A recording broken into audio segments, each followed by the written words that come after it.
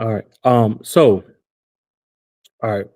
Uh, what did you come into B Cloud Engineer Bootcamp expecting? New Expect. person role. I guess uh to learn, just to figure it out, the whole cloud thing, I keep hearing about it. Somehow you came across my timeline. I don't even know how. And I was like, I followed a couple of your posts because I was looking at the boot camp you did Mhm, in the fall, but I think I mhm. had some stuff going on. But it came back up. I was like, okay, people keep telling me look into the cloud. The price isn't crazy, so let me check it out so I can get a good job and you know Okay. a better job, that sort of deal. So Okay. All right. And what did you gain from B Cloud Engineer Bootcamp that you hadn't prior to starting the bootcamp? um I didn't know anything about this stuff before. I mean, I took a Linux class maybe 15 years ago. I don't Whew, remember anything about it though. whew. But there's something around there. But yeah, like all this stuff was completely new. Good. And utilizing Chat GPT, I don't really mess too much with it, but it's really helpful. Good. Good. Good. Good. Good. Good. I agree with you on that. I like I said, I tell I want the students and I want every especially engineers in the field to know like it's a tool. We have to utilize the tool. We use every other tool. It's a tool. Of course got to use it with some type of discreet not discreetness but with handle deal with it responsibly. You don't want to be entering company secrets into it or things like that, of course. But yeah, to give you help you troubleshoot through various templates, IAC templates, or different especially command line errors that you run into, any kind of technical error. I mean, it's like having a freaking search option in a tech manual, you know, that will piece together exactly what you're looking for without you having to scan the glossary for, index to try to find out where the possible piece of the solution is. So yeah, like I said, we engineers, we use it all the time. So I was I was glad you picked that part up, to be able to it's okay to use it. Like you're not cheating. It's a tool. So all right. And then so what was in your experience, what was the best experience for you at B Cloud Engineer Bootcamp? Um, I want to say, I mean, it's not like just one thing, but I want to say like Really? something. What? Don't let me blush on it. well, something that was helpful was like, you gave me direction. Mm. Because like I said, people was like, oh yeah, you should get into this. Just sign up to on the website. And that's like really all they said. It was like, well, what do I do? No one told me what I need to do. They're just like, just sign up. You're right. You're right. Okay. Yeah. Okay. So the help, the hands-on help was helpful. Yeah. Um, um, and then how confident do you feel in your ability to be able to apply those skills and knowledge gained from the boot camp, like in real world scenarios and actual roles? I think I can, but this is, I guess, my issue that I have.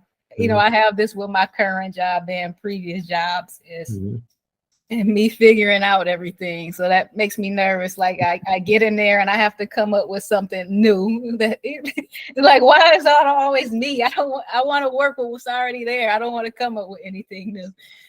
So that's my concern. But I know you said like the stuff is already there. You just have to like figure out where to put it, and you might have to change a few lines or something. Mhm. So Yeah. as long as that sticks, I'm confident. But she said, I'm not coming in building no brand new environments from scratch. I'm not innovating nothing. Okay. I'm here to help it function and maybe function better, but that's it. I got you. No, I'm with you. And yeah. I mean, it's going to be like that, especially for the roles that you get, that you'll end up starting off with.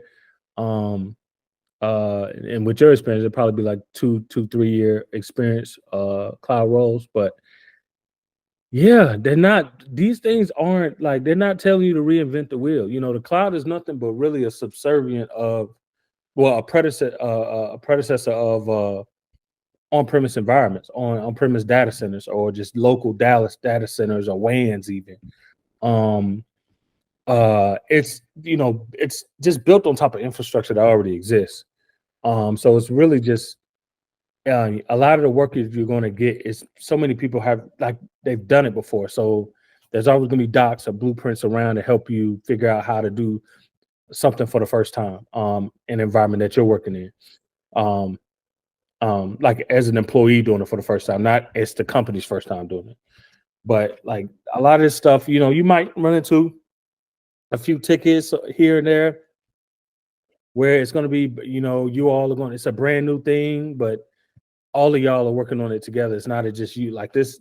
That's the thing about this cloud. A lot of the smaller tickets, smaller tasks are just you tickets, but it's like stuff like the stuff that you'll be working with. Like you're going to be surprisingly shocked on how easy it is for you, and it's probably going to have you like, this is it, and you're going to have a lot of those moments, and then you're also going to have moments where you run into real tough challenges. It was like, oh damn, they want to upgrade to a rail 8.5. Like, what is a rail? What is a RPM package? What is so you run into things like that, but that's why you got so much help, so many other engineers around. Like it's one of those things you can have so much support. But you're not gonna have any issues. So I'm just looking forward to you getting in your first role and tell me how great of an experience it is, and how like you're gonna be like, oh my God, I was tripping the whole time. Like this is nothing. And they still pay me how much? This is not. I'm gonna get another job. Like that. So all right. Let me get these last two out the way, and then back to you. What experiences could BCloud Engineer Bootcamp improve upon?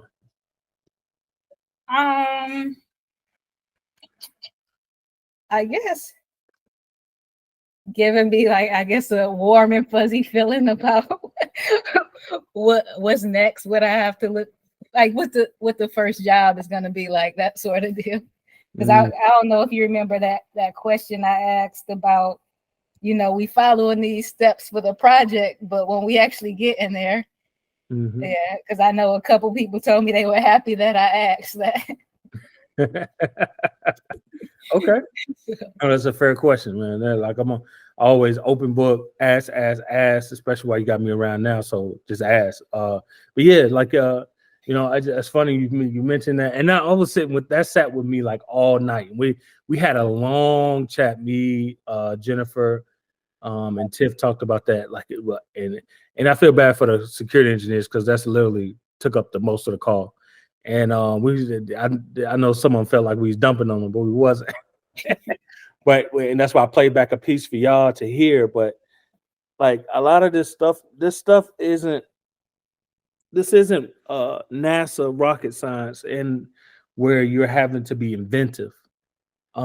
This stuff is really, a lot of this stuff is just, you just have the knowledge that most people just really don't, to do simple functions that most people in traditional tech could do, but they don't know they don't know where to access it or how to access these functions in the cloud environment. That's really it. It's not going to be, so a lot of the time y'all are Google, you're going to be spend a lot of time in Google. You're going to be following somebody else's blueprint somewhere else and adding pieces of it to your own solution. That's really how it's all going to go. Nobody is out here. Most people, 99% of people are out here creating entire solutions from scratch off their own just knowledge of the cloud. That's not how it works. It's too hard, it's too tedious, takes too much time, and it's not effective engineering.